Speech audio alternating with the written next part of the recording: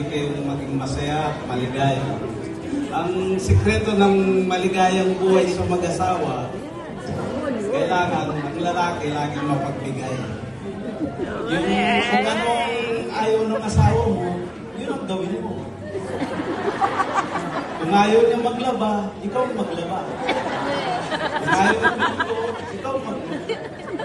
Ngayon, kung may lagi ang ulo niya, umiwas ka na para walang away.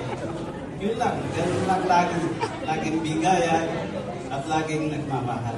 Salamat. Palakpakan naman natin. Thank you very much. Aranyo, next meeting.